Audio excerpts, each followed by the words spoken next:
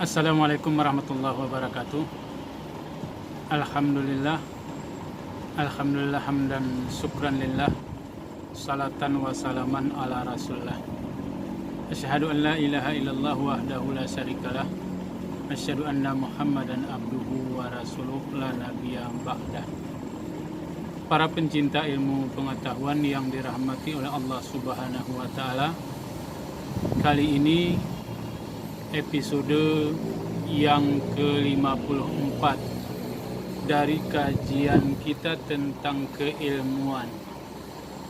Pada episode ini kita ingin berbicara tentang pendidikan agama.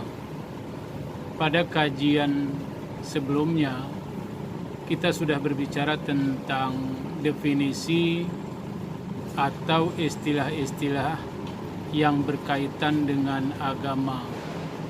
Istilah yang populer kita kenal adalah kata-kata agama yang berasal dari bahasa Sanskerta, yaitu a artinya tidak, kemudian gama artinya kacau.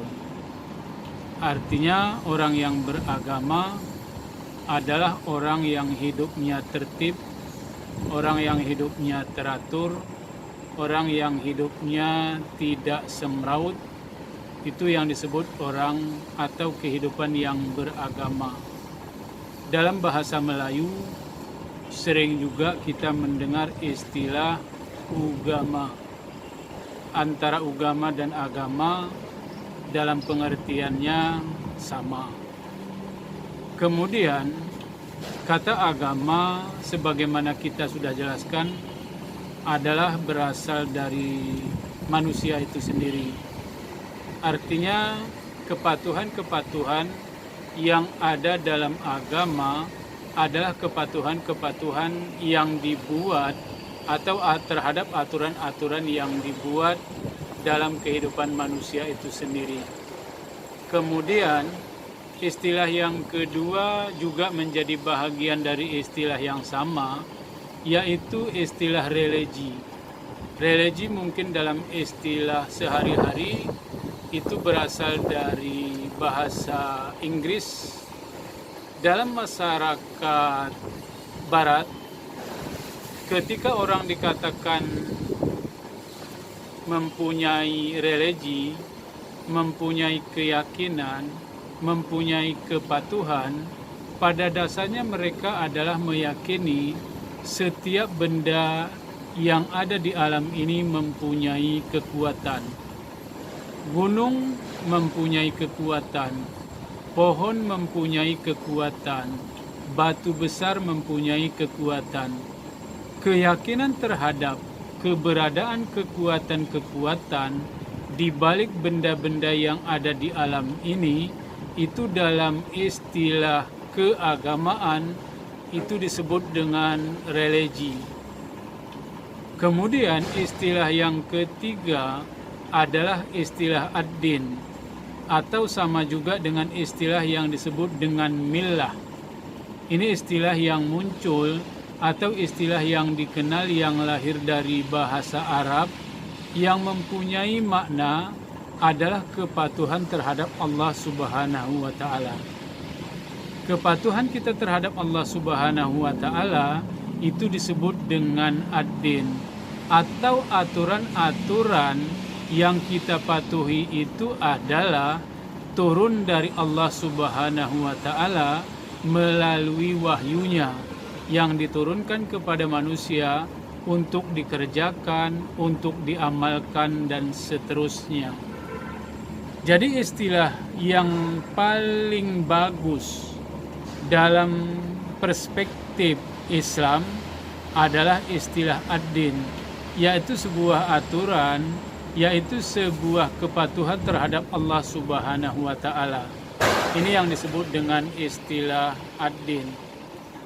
Jadi dari ketiga istilah ini sebagai seorang muslim, kita meyakini adalah Innad dina indallahil Islam. Sesungguhnya ad-din yang paling diredai oleh Allah Subhanahu wa taala adalah Islam. Islam a'la wala yu'la alaih. Ini dalam makna bahwasanya agama Islam itu adalah agama yang paling tinggi, agama yang paling diredai oleh Allah dibanding dengan agama-agama yang lain. Kemudian dalam kajian agama, dalam kajian pendidikan agama, kita sering mendengar ada istilah yang disebut dengan istilah agama samawi, atau juga disebut dengan agama langit. Agama samawi diidentikan adalah agama-agama yang berasal dari langit, agama-agama yang berasal dari Allah Subhanahu wa Ta'ala. Untuk ini ada 3 agama yang populer dalam kehidupan kita. Yang pertama adalah agama Yahudi, kemudian agama Nasrani, dan yang terakhir adalah agama Islam. Ketiganya adalah agama samawi. Namun dalam keyakinan kita bahwasanya Islam itu adalah agama yang terakhir, agama yang berfungsi menyempurnakan agama-agama sebelum agama Islam itu sendiri, menyempurnakan agama Yahudi, menyempurnakan agama Nasrani, sehingga lahirlah yang disebut dengan agama Islam. Jadi kita yakin bahwasanya agama Islam itu adalah agama yang paling sempurna, yang mengatur seluruh kehidupan kita, yang mengatur seluruh aspek kehidupan kita, baik ia di dunia ataupun nanti setelah kehidupan kita di dunia, yakni di akhirat kelak. Ini adalah kewenangan, atau juga kita sebut, kita dikatakan sebagai seorang muslim, kita akan hidup di dalam 2 tempat, yakni hidup di dunia ini, kemudian hidup di akhirat kelak. Kemudian yang kedua adalah yang dikenal dengan agama ardi. Ardi ini artinya adalah bumi.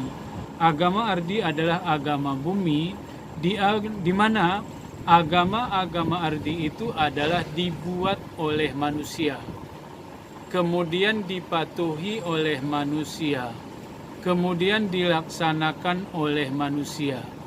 Jadi agama ardi itu adalah agama bumi yang diciptakan oleh manusia, seperti agama Hindu, agama Buddha, agama Konghucu, dan lain-lainnya. Itu adalah dalam keyakinan kita adalah dibuat oleh manusia dan kemudian dipatuhi oleh manusia itu sendiri. Tujuannya tidak ada lain.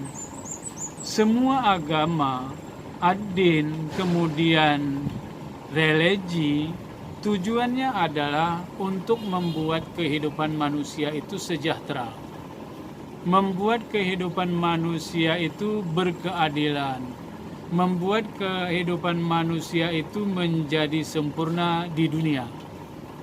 Kemudian dalam keyakinan muslim ditambah bahwasanya kebenaran kehidupan itu tidak hanya ada di dunia semata, tetapi setelah kehidupan di dunia ini masih ada kehidupan satu lagi, yaitu kehidupan yang ada di akhirat.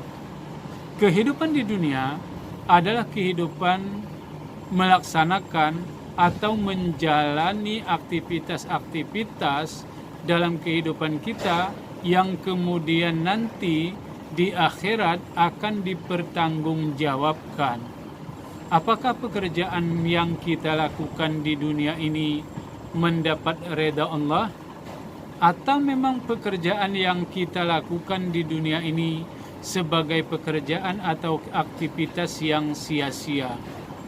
Kalau aktivitas kita yang kita lakukan adalah berdasarkan redha Allah, berdasarkan kepatuhan terhadap dalil nas, yakni Al-Quran dan hadis, maka dengan sendirinya pertanggungjawaban amal kita di akhirat nanti menjadi baik, menjadi sesuai dengan kehendak Allah. Maka pada saat itu nanti kita akan ditempatkan sesuai dengan amal perbuatan kita, sesuai dengan aktivitas pilihan kita, yakni kita akan ditempatkan di surganya Allah Subhanahu wa taala. Tetapi apabila kita salah memilih aktivitas yang tidak dikehendaki oleh Allah, lalu aktivitas itu kita kerjakan, kemudian kita tahu bahwasanya mengerjakan perbuatan itu sebenarnya dilarang oleh Allah, tetapi kita tetap mengerjakannya, maka nanti satu saat ketika di akhirat kelak kita harus yakin bahwasanya kita akan mempertanggungjawabkan amal, mempertanggungjawabkan perbuatan kita itu yang tidak sesuai dengan kehendak Allah. Karena kalau yang kita kerjakan tidak sesuai dengan kehendak Allah, maka kita akan ditempatkan pada tempat yang juga sebenarnya tidak dikehendaki oleh Allah, yaitu neraka. Neraka itu adalah sebuah tempat yang sebenarnya Allah tidak menghendaki manusia itu masuk ke dalam neraka tersebut. Kenapa kita berani mengatakan bahwasanya neraka itu adalah sebuah tempat yang sebenarnya Allah tidak menghendaki kita tinggal di situ?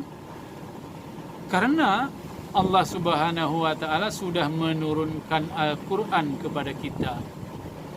Di dalam Al-Qur'an itu ada yang disebut dengan kebaikan. Dalam Al-Qur'an itu ada yang disebut dengan kejahatan dan contoh-contoh orang yang melakukan kejahatan. Maka orang-orang yang berbuat baik dia akan ditempatkan di surga. Orang-orang yang mengerjakan jahat dan bercontoh kepada kejahatan, maka dia ditempatkan pada tempat yang sebenarnya tidak diredai oleh Allah Subhanahu wa taala. Jadi hudan, Al-Qur'an itu dijadikan sebagai pedoman. Al-Qur'an itu dijadikan sebagai petunjuk bagi kita sebagai orang Islam. Jadi tidak secara serta-merta ketika di awal kita mengatakan apakah kita ini orang yang beragama dalam makna Sanskrit, apakah kita ini adalah orang yang mempunyai religius dalam makna istilah barat, atau lalu kita memilih dalam makna ad-din sebagai agama yang diredai oleh Allah, sebagai agama yang dikatakan oleh Allah adalah sangat tinggi, sebagai agama yang sempurna yang mengatur dunia dan akhirat, lalu kita memilih sebagai Islam. Tidak serta-merta kita dijadikan sebagai orang yang muslim, lalu nanti satu saat kita ditempatkan di sisi Allah pada tempat yang diredai. Kenapa dikatakan? Karena ketika kita masuk ke dalam Islam, ketika kita memeluk agama Islam, maka banyak hal-hal, banyak syarat-syarat, banyak perbuatan-perbuatan yang harus kita lakukan. Perbuatan-perbuatan yang tidak boleh kita tinggalkan. Ada sebuah keyakinan di dalam diri kita yang disebut dengan rukun iman, itu tidak bisa salah. Rukun iman yang diajarkan oleh guru-guru kita kepada kita itu adalah sebuah fondamen dasar. Kita tidak boleh salah memahami. Itu adalah sebuah keyakinan kepada kita, sehingga kita dikatakan dengan orang yang beriman. Selanjutnya, sebagai seorang yang memeluk agama Islam, tidak hanya cukup dengan keimanan, tetapi juga kita harus menjadikan kehidupan kita sebagai seorang muslim yang dikenal dalam kajian-kajian kita yang disebut dengan rukun Islam. Rukun Islam itu artinya adalah ketika kita menjadi sebagai seorang muslim, kita tidak lagi meninggalkan apa-apa yang menjadi rukun Islam. Sehingga kita katakan rukun Islam adalah sebuah aktivitas. Rukun Islam adalah perbuatan-perbuatan yang wajib kita lakukan ketika kita menjadi muslim.